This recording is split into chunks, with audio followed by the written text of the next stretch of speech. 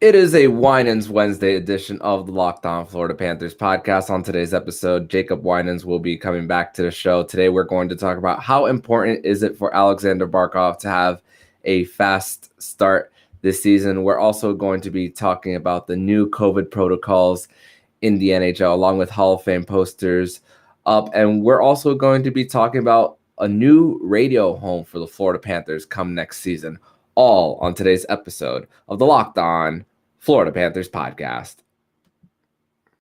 Your Locked On Panthers, your daily podcast on the Florida Panthers. Part of the Locked On Podcast Network. Your team every day.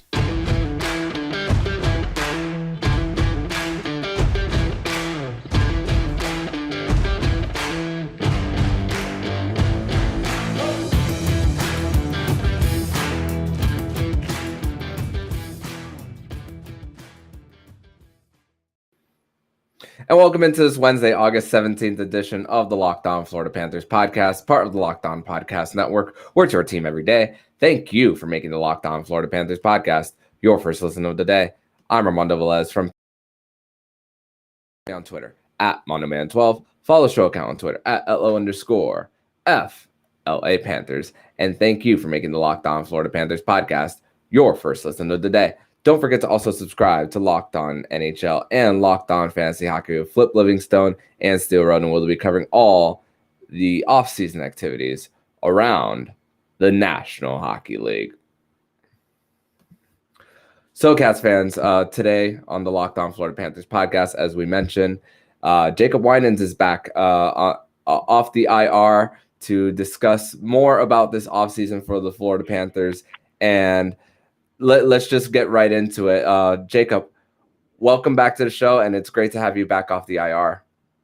Yeah, really appreciate you having me. It's really good to be back after a tough couple weeks. Definitely excited to talk some Panthers hockey, and yeah, thanks for having me back.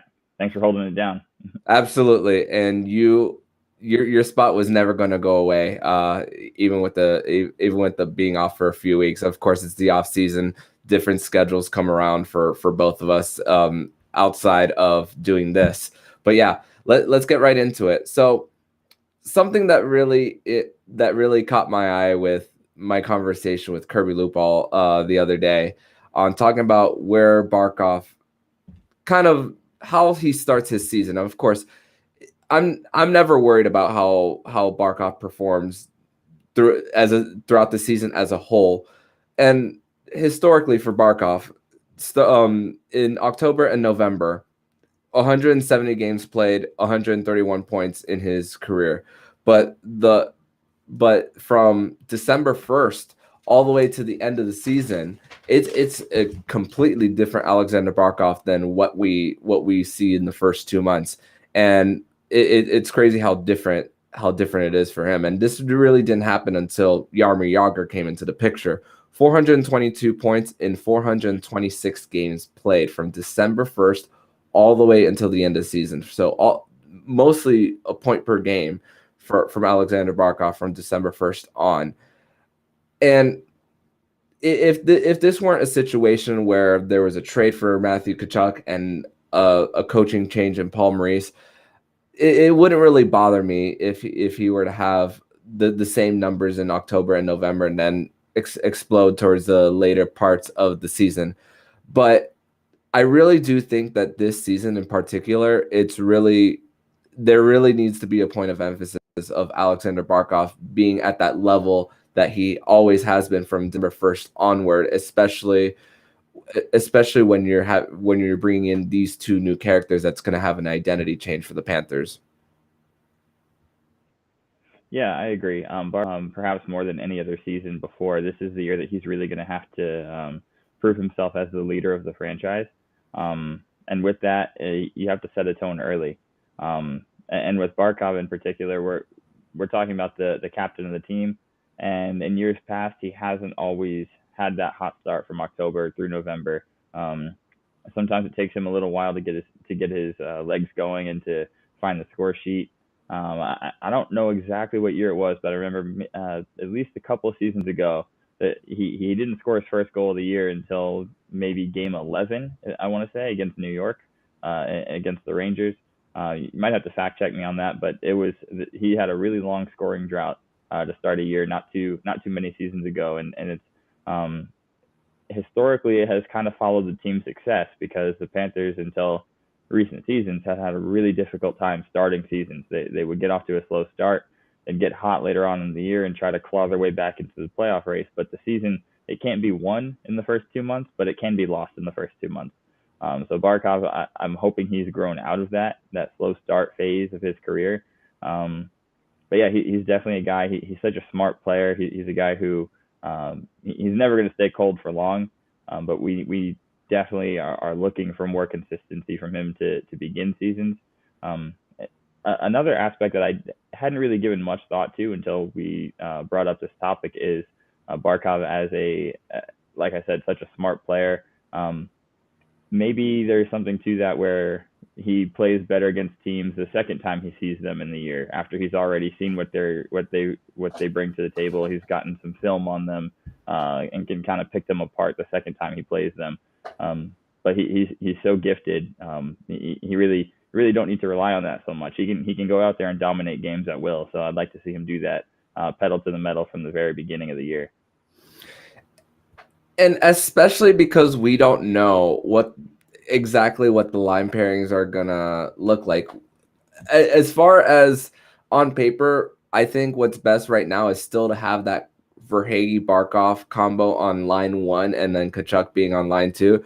But Paul Maurice might as well say screw it and just put Matthew Tkachuk on that top line. And of course Matthew Tkachuk being on the top line, of course, if Barkov's numbers are at that point a game pace throughout throughout October and November of the season, then hey, that's a big benefit for Barkov. But hey, there's also been that chemistry that Barkov and Verhaeghe were able to build throughout these last 2 seasons, and of course,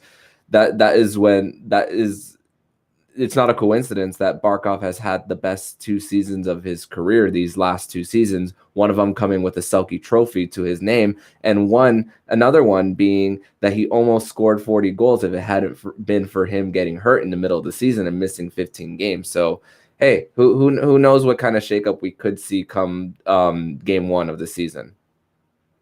Yeah, definitely. With Barkov, the line pairings are almost endless with what you could do with Barkov as your center. The one thing that the Panthers really do have going for them is they're so strong down the middle with Barkov, Bennett, Lundell, and Luostarinen in particular. And there's so many options you can have with Barkov, and it's gotten to a point where it's almost like a Sidney Crosby in his prime. You can pretty much stick anyone on his wings and they'll be productive because Barkov is just such an incredible player. He attracts all the defensive attention. He's so good at getting people open, and if you have your stick on the ice, there's a good chance you're going to find the score sheet that night just because Barkov is your center. So there's a lot that they can do with him. One thing that I hadn't really given a whole lot of thought to until Duclair's injury was the fact that Sam Bennett actually has a lot of experience in Calgary playing on the wing, not just as a center. I could even see a scenario where Bennett gets a crack on a wing. And Lundell is the 2C and Luostarinen is the 3C. There's so many options Paul Maurice could go with, and it'll be really interesting to see how it shakes out. But Barkov, no matter who you put on his wing, no matter what the line pairings and combinations look like, Barkov is going to have to be the engine of this team, especially now that Huberdeau, his longtime running mate, is no longer in the picture. The Bennett to the wing is likely in my opinion, gonna have to be probably for an injury situation for the Panthers. Let's say they'll need an Alexi Heponiemi to be on the 4th line center in that situation, putting Bennett up and then Luostarinen up one as well, even though Heponiemi can also play wing as well. So I think that will be a situation where an injury, and it's not about if, it's about when an injury happens, because these lines that we see game 1, they're not always going to be there every single night for the Panthers and any NHL team.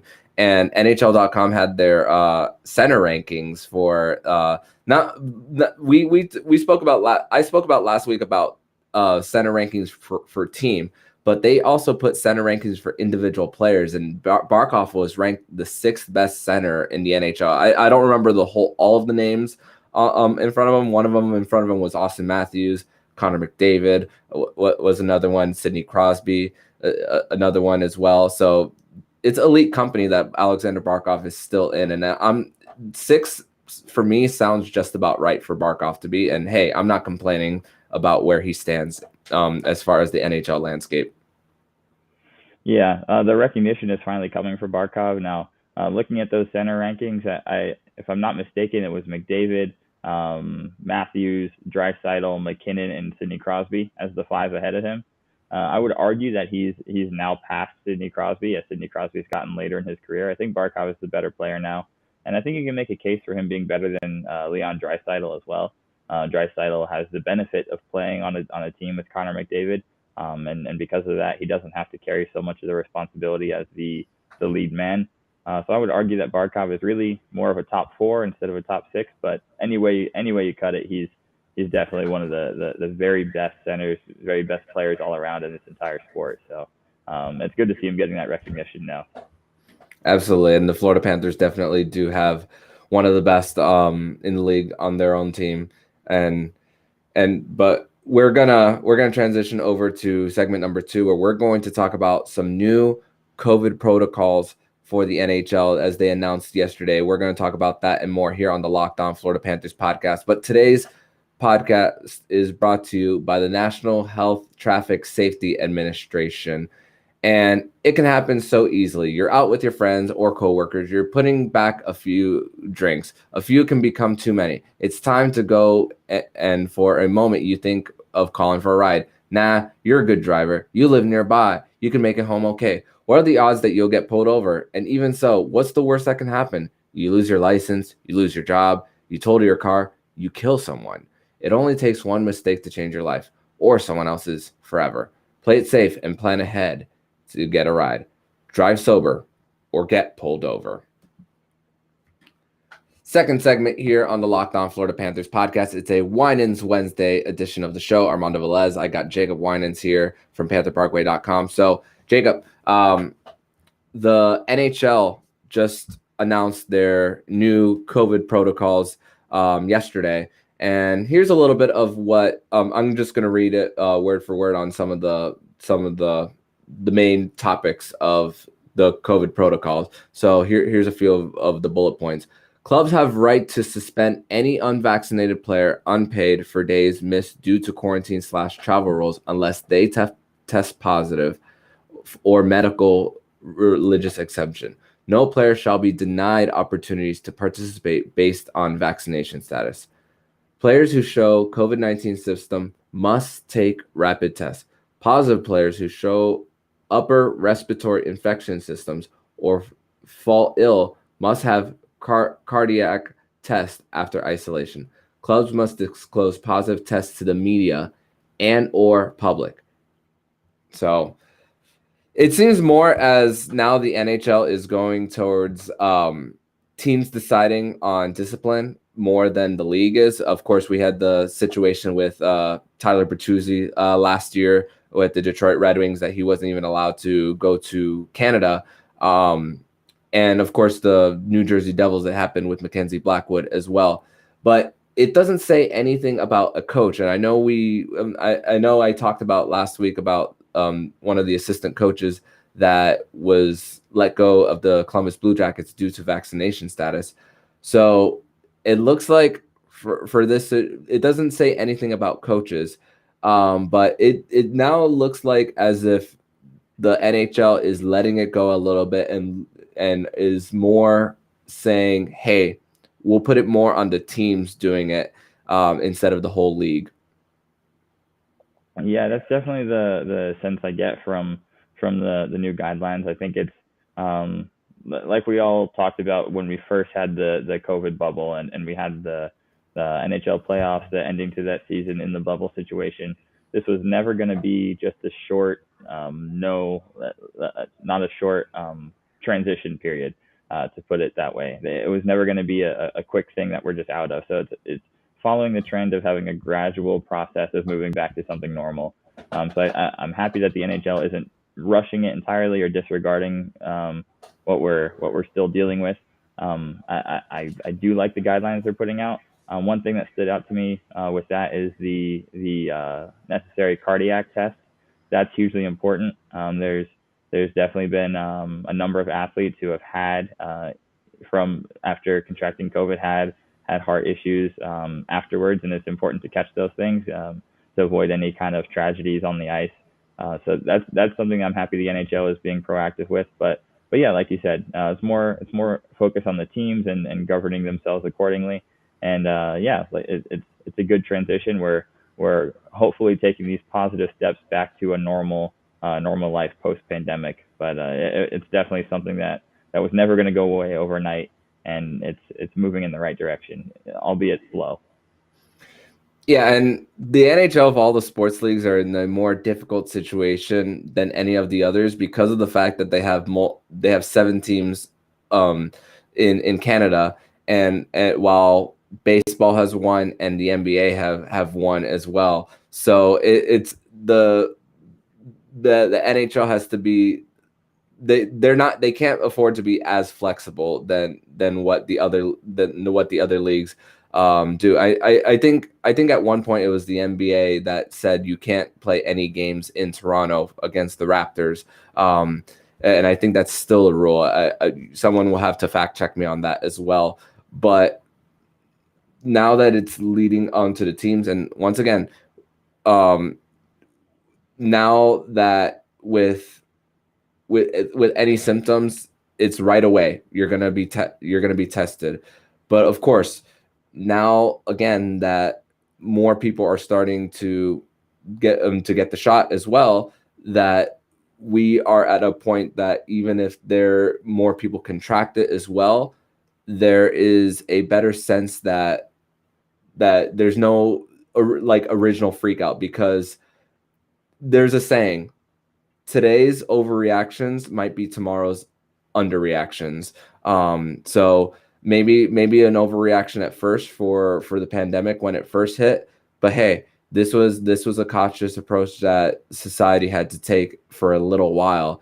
And now that, even though it's weird for me to say tail end of this, because I still don't believe that we are at the tail end of this. You said this is never ending, but the fact that the awareness is still there, that this is still a thing, but still taking the proper steps to making sure everyone is okay. Because like you said, a very high physical sport of players changing on the fly, without a correct, the NHL is also preventing themselves from a possible lawsuit as well. Yeah, definitely. And the health of players comes first. And a lot of times, like you said, we're talking about hockey as a sport, and hockey is a sport that's well known that the players in hockey don't want to sit out. Hockey players would like to play through anything, and sometimes it's most important to protect them from themselves. Put the players' health first, even when the players don't want to put their own health first. And that's not a knock on hockey players at all. It's admirable that hockey players are like you said, they're like we talk about all the time. Hockey is a tough sport, and you have to be a different breed of tough to play this. So putting their health and safety first is most important. And yeah, this is not something that's ever going to go away. We've been living through a period of history that's going to be remembered forever as a, it's a landmark in human history, really. And the fact that the NHL is trying to adapt to it and get as close to normal as we can possibly get to, I think we're moving in the right direction. Absolutely, and hopefully we say that this thing sounds like it's never ending, but hopefully a year from now we are talking about something that is hopefully even more at the tail end, even though it's really not. But in the next segment, we are going to discuss the Florida Panthers having to find a new radio home for next season. We're going to discuss that next here on the Locked On Florida Panthers podcast. But first, we're going to tell you all about BetOnline. And BetOnline.net is the fastest and easiest way to check in on all your betting needs. Find all your favorite sports and events at the #1 online source for odds, lines, and games. Find reviews and news of every league, including MLB, NFL, NBA, NHL, combat sports, esports, and golf. And the BMW Championship is this week, so get your golf bets in for the FedEx Cup playoffs. BetOnline continues to be the top online resource for all your sports wagering information, from live in-game betting, scores, and podcasts. They have you covered. Head to BetOnline today, use your mobile device to learn more about the action happening today. BetOnline, where the game starts. Third and final segment here on the Locked On Florida Panthers podcast. It's a Winans Wednesday here, so I got Jacob Winans here from pantherparkway.com. And Jacob, I didn't first hear about this until George Richards from Florida Hockey Now posted an article about the Panthers having to look for a radio home because 560 The Joe, WQAM, just agreed to have the Miami Heat as their new home for basketball for the season. And of course, Panther fans and Heat fans know that these are two sports that really happen at the same time. Their season starts at the same time. Their finals happen at the same time. A lot of times the Florida Panthers and the Miami Heat are playing games on the same night. So which means that there is it means that the Panthers in this situation are the odd man out in this situation. And we were talking about this pre-recording.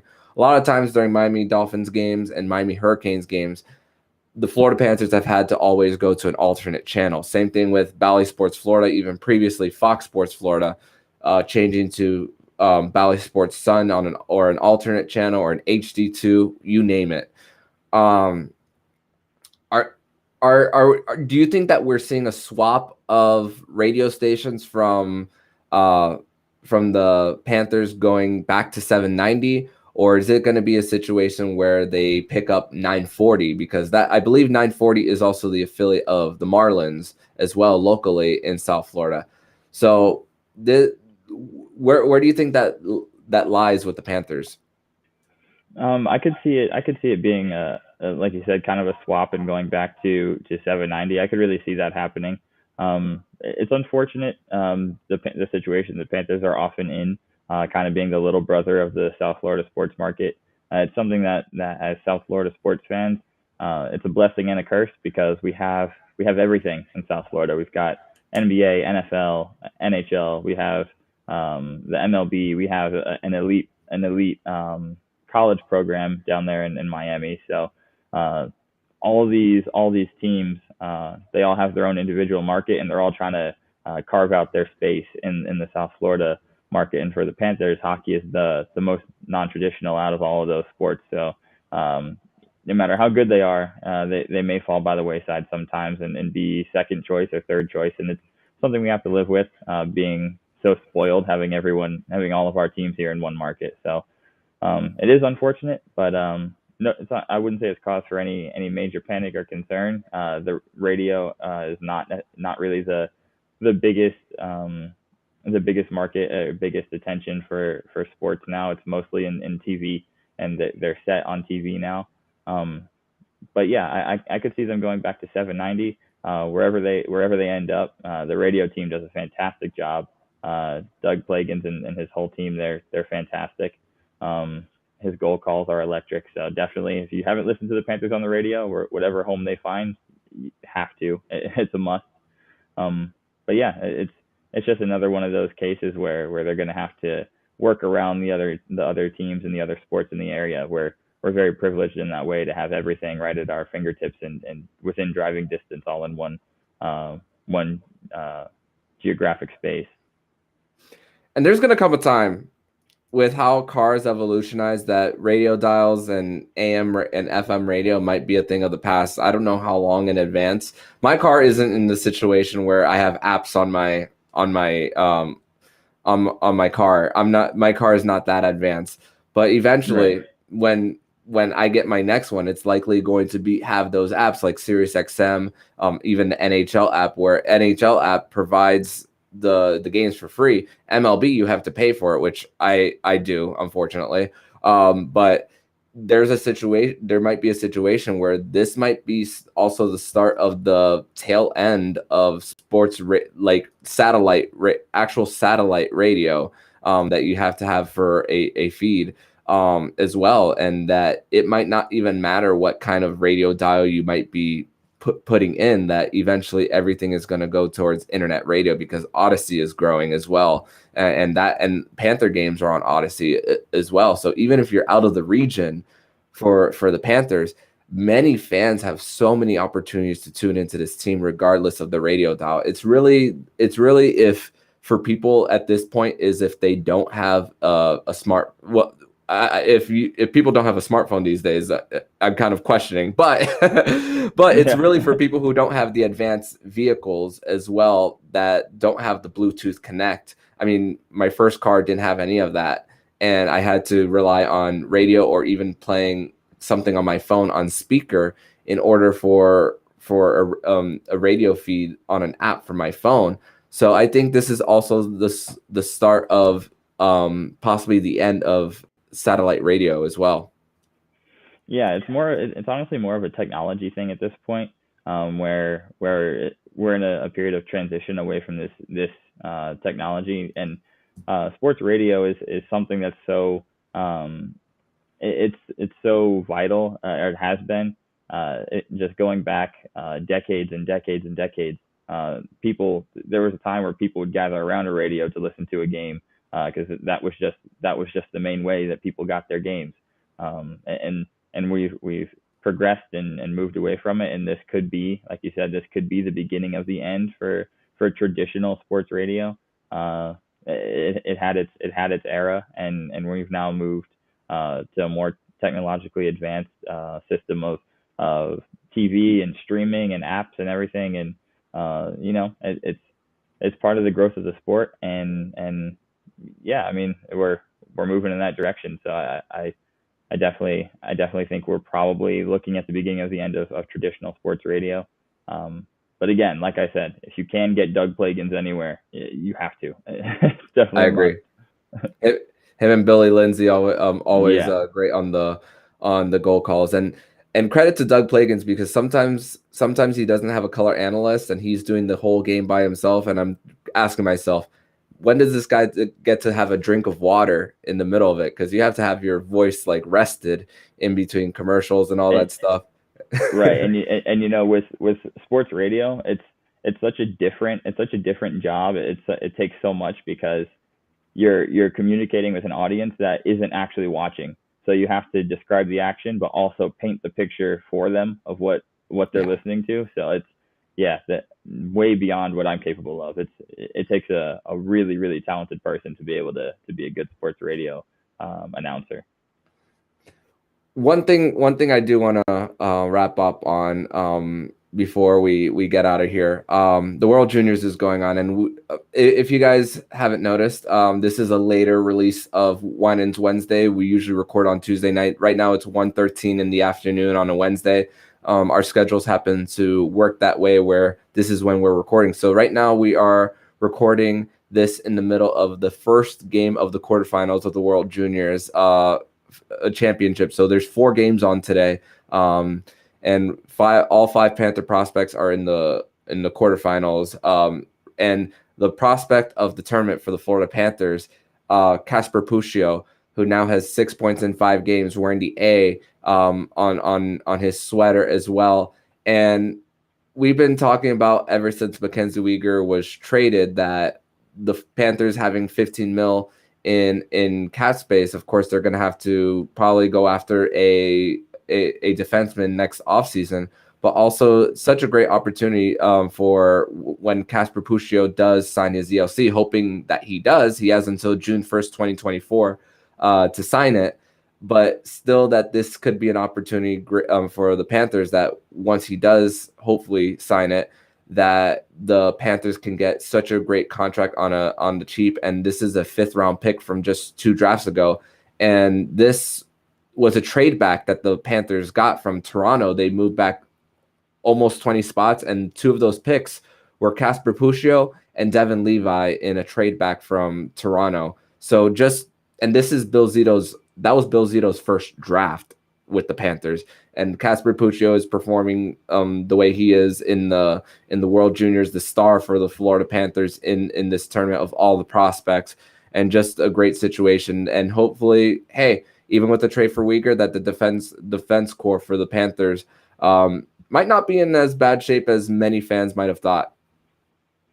Yeah, I agree. He's been fantastic to watch. It's not just the offense either. For a defenseman, he's put up great offensive numbers, over a point per game. But he's been really solid defensively. I haven't been able to watch every game beginning to end, but what I have seen from him, I see really good mobility for a defenseman. I see good offensive vision, and I see a really active stick. And that's the direction the game has moved in with the defenseman. Having to be mobile, having to be active with your stick, and being able to join the rush. So I really like what I've seen from him, especially as a late round pick. One thing that the last front office did not really do well with our drafting was finding these late round guys who could develop and contribute. Hopefully Zito is starting to turn the tide with that, finding guys in the later rounds who can eventually crack the NHL roster. But the Panthers, they have not spent a lot of high draft picks on defensemen, and we're really waiting for a couple of these later round guys to break out. So you think of guys like Mike Benning, Puccio is definitely a guy who's opened some eyes, and even some undrafted guys like Kierstead is another one who the Panthers are taking a chance at developing. So you think of Max Gildon, John Ludwig, all these guys who are in the pipeline. They're all defensemen, and the door is wide open for one of them to break through and become an NHL contributor. So definitely have our eye on a solid defenseman in Finland right now in Puccio and what he's done in World Juniors. And I've also been impressed with our first rounder for Team USA, Mackie Semiskevich. He's been good too. Had a pretty ridiculous assist, a no look behind the back pass from below the goal line, and I think it was Team USA's first game there. Really wowed me and opened my eyes with that one. So I like what I'm seeing from our prospects in the World Juniors right now. Mm-hmm. And that goal that you're talking about from Semiskevich, I believe that was on the power play as well, if I'm not mistaken. Yep.